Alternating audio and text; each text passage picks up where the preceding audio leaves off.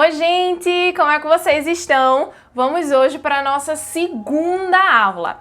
Ontem a gente aprendeu várias coisas, sobretudo como funciona a ansiedade dentro do nosso corpo, fisiologicamente e emocionalmente. A gente viu que a ansiedade é uma resposta que o nosso corpo dá a determinadas ameaças. A questão e o problema é quando essa ameaça é criada por nós, a partir de como pensamos e a partir de como enxergamos o mundo.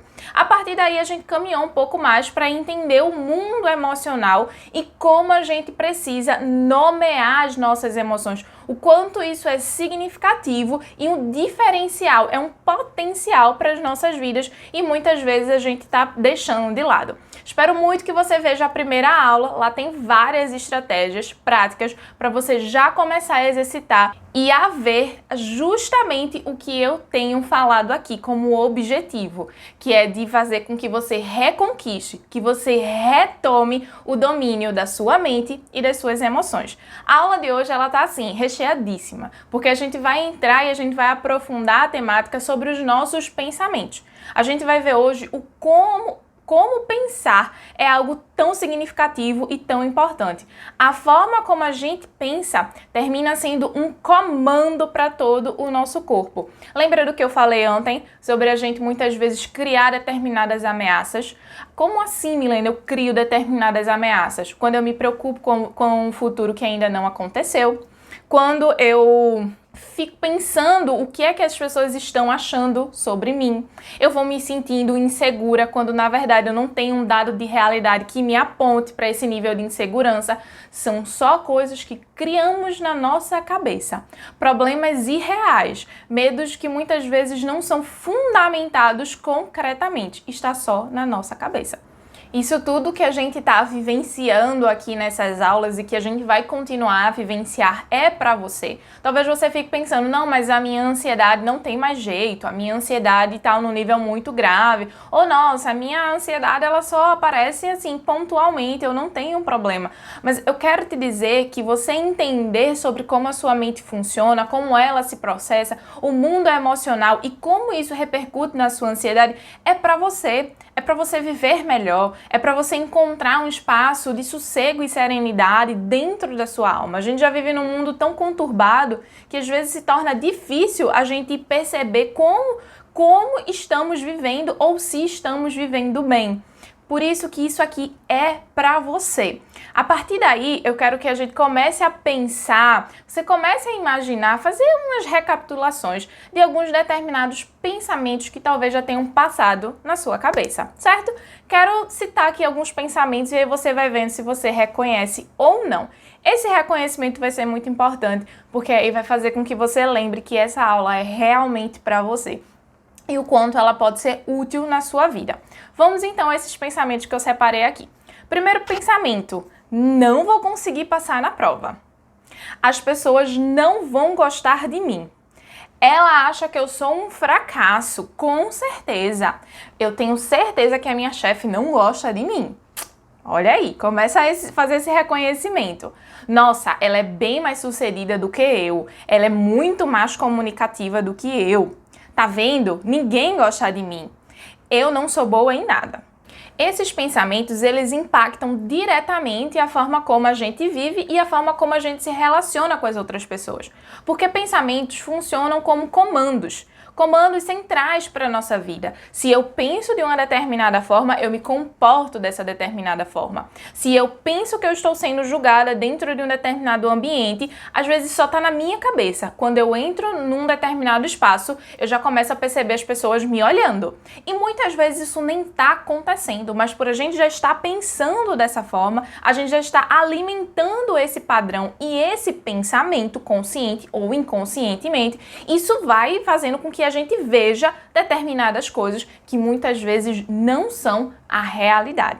Se a gente vai acreditando em todos os nossos pensamentos e a gente não faz uma filtragem daquilo que é útil, daquilo que não é útil, daquilo que são preocupações do futuro e daquilo que são preocupações que de fato nos cabem hoje, termina que a gente deixa as nossas decisões muitas vezes a cargo de nossos pensamentos, da forma como a gente pensa. E muitas vezes a gente pensa de uma forma superficial, precipitada, com muita impulsividade. Se acreditamos em tudo o que pensamos, os nossos pensamentos eles podem limitar as nossas experiências diante da vida, eles podem limitar o nosso ir e vir, só porque estamos pensando que, por exemplo, eu vou estar em um determinado lugar e eu vou ficar só, ninguém vai estar junto comigo. Percebe? A gente é quem vai colocando bloqueios, quando muitas vezes a gente nem viveu a situação.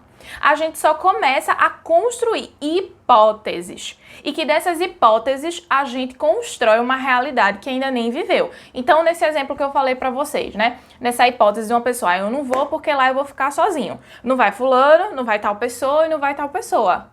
Tá, mas será mesmo? Será que não tem como você construir outras possibilidades? Será que você não tem como estar ali exercitando um pouco mais das suas habilidades sociais? Existem outras possibilidades. Tem hora que a gente vai construindo hipóteses e essas hipóteses se tornam fatos, verdades absolutas, que no final limitam completamente esse nosso trânsito de ir e vir e de exercitar potenciais e competências que a gente tem na vida. Além disso, a gente vai criando determinadas crenças mais assim, supersticiosas, sabe? Ai, eu não vou sair de casa hoje porque tá chovendo, né? Então, se tá chovendo, foi um sinal para eu não sair de casa, entende? Mas isso, na verdade, é só a forma que estamos pensando. Se acreditamos, inclusive, ainda em nossos pensamentos, eles vão nos ditando o que é certo e o que é errado. E como assim? Nosso pensamento ele não pode ser tão poderoso, tão super poderoso assim. É a gente quem tem que dizer o que é certo e o que não é certo. Existe o pensamento e existe o pensador. Mas muitas vezes só está acontecendo o pensamento e o pensamento ele está agindo em cadeia e a gente simplesmente está internalizando esse pensamento e entrando no modo automático. Você pode estar se perguntando, como assim, Milena? O pensamento e o pensador? Exatamente, gente. Tem pensamentos que chegam na nossa cabeça que, como eu falei, eles só são hipóteses, eles não são fatos, eles não são verdades absolutas. Mas muitas vezes, só por ser uma hipótese, a gente já toma esse pensamento como se fosse uma verdade e a gente passa, assim, a viver uma guerra que ainda nem está acontecendo e que muito provavelmente não vai acontecer, porque só está na nossa cabeça, percebe?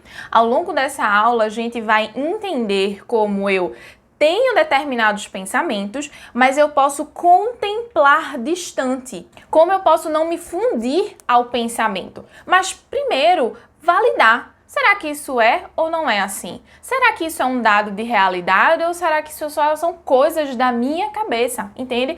Porque, gente, o nosso cérebro, ele tá trabalhando a todo momento. Ele não para um segundo. Ele vai olhando para o mundo e ele vai tirando várias leituras a partir daí. Então, se a gente não faz uma filtragem, a gente não começa a separar a nossa cabeça em a caixinha de pensamentos úteis da caixinha de pensamentos que não são úteis, é como se a gente fosse assim para uma bela praia e a gente começasse a contar os grãos de areia.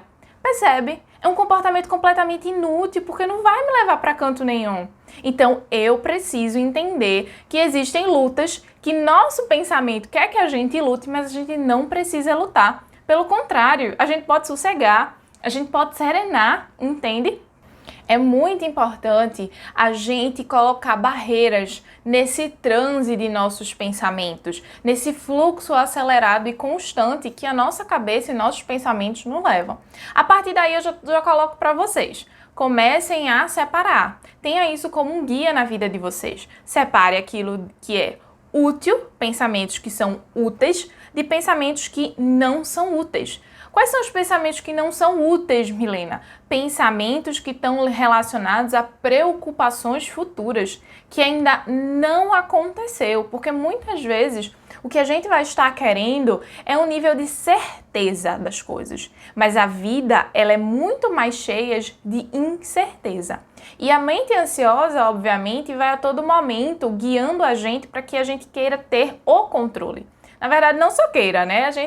A gente viva tentando e achando que pode controlar a nossa vida e o nosso futuro. Só que a gente não consegue. Vai ter sempre um grau de incerteza e de impermanência da vida. Eu não sei sobre o futuro e sei que nada é permanente, que sempre muda, né? Não há dor que não acabe, não há sofrimento que não pare.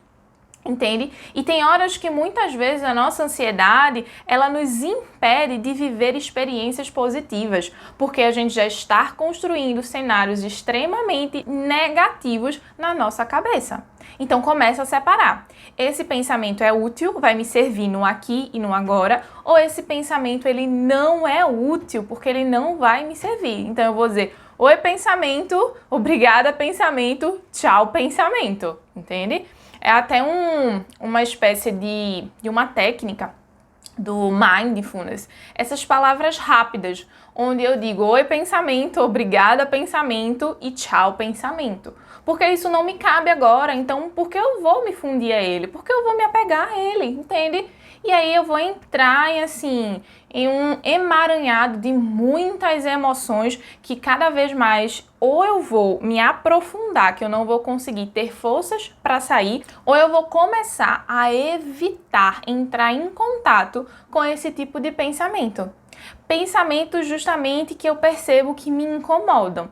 Então foi o que a gente também falou na primeira aula. Quanto mais eu evito, mais eu me distancio desse sentimento, dessa emoção, desse pensamento, desse gatilho, dessa situação, dessa pessoa, dessa vivência. E aí eu me afasto. Quanto mais eu me afasto de um pensamento, sentimento indesejado, mais energia eu preciso colocar para controlar esse funcionamento onde eu esteja afastado. A gente precisa ter um estado de contemplação de nossos pensamentos. É como, imagina agora comigo, como se a gente estivesse assim, em cima de uma rocha, observando o mar. As ondas vão e vêm, vão e vêm. E os pensamentos são como essas ondas, elas vão e vêm. E a gente vai observando, né? Ondas que quebram mais fortes, ondas que quebram mais leves. Mas a questão é, a gente fica em cima da rocha. As ondas a gente pode pensar que é como se fossem os nossos pensamentos. Eles vão e vêm. Mas eu não me alio a esses pensamentos. Eu só contemplo distante. Por isso mesmo, eu quero ir colocando para vocês algumas verdades sobre o pensamento, tá? Primeira coisa, não tire seus pensamentos como fatos, nem como verdades absolutas. Você precisa questionar tudo que chega na sua mente. Uma segunda questão muito importante é que pensamentos não podem machucar. Muitas pessoas que vivem numa crise de ansiedade ou que já experimentaram um sentimento ansioso com mais força dentro de si, sentem ou têm a impressão de que se eu penso de uma determinada forma, só de eu pensar eu posso ter uma crise. Então pensamentos me machucam. Mas pensamentos não machucam a gente. Pelo contrário, é o nosso corpo tentando colocar a ansiedade como uma resposta. Mas muitas vezes as nossas emoções nos tomam, então aquilo ali fica tudo muito embaralhado. E além dos pensamentos não poderem nos machucar, a gente precisa entender que ele vai a todo momento colocando várias armadilhas na forma como a gente pensa. A psicologia moderna, ela já nomeia vários pensamentos que a gente tem hoje. Meu querido Freudinho e outros pensadores mais antigos, como Kant e Hegel, ainda não conseguiram chegar nesse nível de pensamento que a gente tem hoje. Ficaram ali mais no pensamento clássico. E que bom que a gente tem a psicologia moderna hoje para abrir e perceber que não só tem uma única forma de pensar. A gente tem várias possibilidades de pensamentos. E por isso mesmo eu quero apresentar alguns deles e é muito importante que vocês comecem observando. Poxa, eu tenho esse pensamento, eu penso dessa forma, isso é uma constante na minha vida. Quando eu vou descobrindo os meus pontos cegos e as minhas armadilhas, eu posso então fazer alguma coisa. Se eu não sei, eu caminho como um cego, tá? Então, vamos lá. O primeiro tipo de pensamento que eu quero falar para vocês são os pensamentos catastróficos. O que são isso? É quando a gente começa a pensar cenários assim extremistas. A gente pensa na pior possibilidade, a gente pensa no pior cenário possível. A gente vai tirando conclusões precipitadas, o futuro ainda nem está acontecendo, nem chegou, e a gente já está pensando. E é só coisas grandiosas, tá? Que estão passando na nossa cabeça. O segundo tipo de pensamento são pensamentos tudo ou nada. São pensamentos onde a gente vai oscilando entre o 8 e o 80, sabe? Onde tá bom ou tá ruim. Onde ou eu vivo uma vida muito boa, ou se eu me frustro, nossa, acabou-se, né? E é aquela coisa, não existe vida 100% feliz e não existe vida 100% triste. É sempre um equilíbrio, é sempre um meio termo que eu vou criando. Mas o pensamento tudo ou nada é justamente isso, é o 8 ou 80. Ou tá muito bom ou tá muito ruim. O terceiro tipo de pensamento é a leitura mental. É justamente quando eu fico pensando no que é que a outra pessoa está pensando de mim. Nossa, ela tá me julgando. Nossa, ela tá achando que eu não tô sabendo aqui me comunicar. Uma coisa que só está na cabeça da outra pessoa, aí a gente já traz como se a gente soubesse o que está passando. Não, porque fulaninha, né, vive uma vida maravilhosa. Mas a gente não sabe o que está por trás dessa vida maravilhosa. E a gente adora fazer essas leituras mentais, a gente adora se comparar, a gente adora tirar essas conclusões precipitadas, enquanto o que tem na nossa frente é só uma frecha de informação. Ou, muitas vezes, é só o pensamento criativo da nossa cabeça. E outro tipo de pensamento é o pensamento generalista. São quando muitas pessoas começam a pensar e a falar assim: nossa, ninguém gosta de mim. É tudo com sempre, nunca, tudo muito grandioso. Palavras assim que transformam e generaliza tudo, como se a vida dela não tivesse mais saída, como se ela não fosse mais ter um futuro, ela não fosse ter uma carreira. São esses pensamentos que muitas vezes vão desencadeando ideações suicidas. E pensamentos tudo ou nada também. Porque ou minha vida tá bom, ou eu tô com aquela pessoa, ou eu sinto a aprovação dos meus amigos, ou nada pra mim mais vale. A minha vida acabou. A mente ansiosa, ela agrava as dificuldades que estamos pensando e ainda nos convence de que não podemos lidar com aquilo que tememos. Porque ela faz o seguinte, gente, ela subestima a nossa capacidade de lidar com as coisas e superestima a dificuldade em si. Então percebe que aí tem um movimento super desequilibrado em tudo isso, faz com que a gente se sinta bem pequenininho e a dificuldade muito grande. Mas é justamente porque a gente evita, porque a gente não ousa, muitas vezes a gente não se arrisca, muitas vezes porque a gente só fica no nosso pensamento e a gente tem medo de se lançar na vida, de experienciar as coisas na vida, que justamente a gente não cria um repertório de aprendizado. A gente não cria formas de lidar com a situação. Por quê? Eu só me afasto, entende? Tem um ditado espanhol que diz que a prática é que leva ao mestre. Mas muitas vezes a nossa mente ansiosa, ela não quer nem chegar à prática. Por quê? Porque primeiro ela já está paralisada em uma enxurrada de pensamentos, que diz que ela não pode, que diz que ela não consegue, e justamente agravando, catastrofizando todo esse cenário. Além disso, a nossa mente ansiosa, ela vai tendo muito uma voz interior crítica. Pare agora para se perguntar, será que você tem uma voz internalizada, um eu internalizado muito crítico, sabe? Que fica dizendo, eu sou péssimo, isso eu não consigo, isso não é para mim, sabe? A gente vai tendo um nível de autocrítica muito elevada ou muito abaixo, muito, sabe, lá para baixo. É como se a gente passasse uma régua na nossa vida e a gente se cobrasse para estar no mais, lá em cima, nessa régua. Ou para algumas outras pessoas, ela sempre olha para essa régua e diz assim, eu nunca vou chegar lá, eu nunca vou estar lá. Percebe? É sempre uma voz interior que está sendo internalizada de uma forma crítica. E para isso, a gente precisa encontrar duas coisas: flexibilidade na forma de pensar e razoabilidade na forma de pensar. Na verdade, essas são as duas grandes estratégias de nossa aula hoje. A gente vai precisar flexibilizar o pensamento e trabalhar com razoabilidade nesse pensamento. Tá, Milena, mas como é que eu vou fazer isso? Primeira coisa, a gente vai fazer é quebrar o pensamento e transformar esse pensamento em outra coisa, certo? Por exemplo, trouxe aqui uma frase pra gente. A frase é: sou péssimo, nunca terei uma vida. Veja como essa frase, ela é muito fechada, ela é muito generalista, ela é muito catastrófica. Sou péssimo. A voz interior já super crítica, né? Nunca terei uma vida, ou nunca terei uma carreira, nunca serei bem-sucedida, nunca terei o que ela tem, sabe? Nunca vou chegar nesse nível de comunicação. Enfim, vocês podem pensar o exemplo de vocês. E aí isso se fecha muito. A gente precisa trocar isso por uma fala mais maleável com a gente mesmo, mais flexível com a gente mesmo. E aí eu coloquei um exemplo pra gente. Por exemplo, estou sozinho e preciso desenvolver habilidades sociais.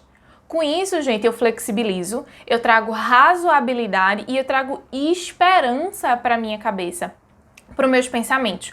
Quanto mais eu fecho a minha cabeça em desesperança, em preocupação, em catástrofes, menos eu tenho a possibilidade de fazer alguma coisa, de melhorar a minha vida, de ir para a prática, de ir para a ação. E pelo contrário, eu vou ficando cada vez mais no lugar com medo da vida, com medo das experiências, com medo de não, com medo de frustrações, com medo de levar uma rejeição, de se sentir desamparada, de se sentir ali ter uma crença de desamor, por exemplo, de não se sentir amada por alguém. Percebe? Então pega o pensamento que você tem e quebra ele. Transforma ele num pensamento mais flexível, mais razoável e que tenha, assim, um grau de esperança.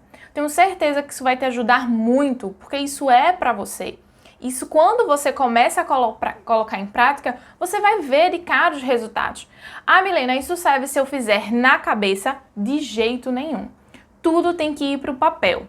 Aqui, gente, para uma mente ansiosa, ela tá acostumada a perder, entende? Porque ela pensa e ela até tenta mudar esse pensamento, mas ela não consegue. Porque aqui, muitas vezes, é uma arena onde ela termina perdendo mais. Então, tem que fazer isso no papel.